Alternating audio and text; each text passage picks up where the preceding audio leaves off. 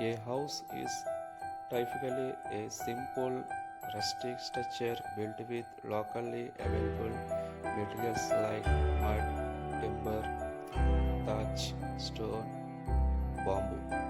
They are often designed for climate and function, featuring thick walls to insulate against heat and cold, and sometimes have specialized features like rising platforms for heavy rainfall areas. Compared to city homes, they often reflect a sense of community, peace, and a strong connection to nature. Homes are primarily made from materials found nearby, such as clay, wood, bamboo, etc.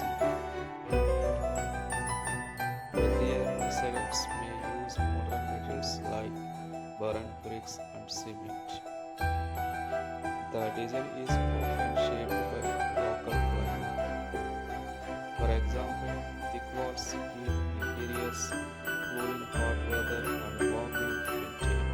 In flood-prone areas, houses may be built on stilts or riser pillars.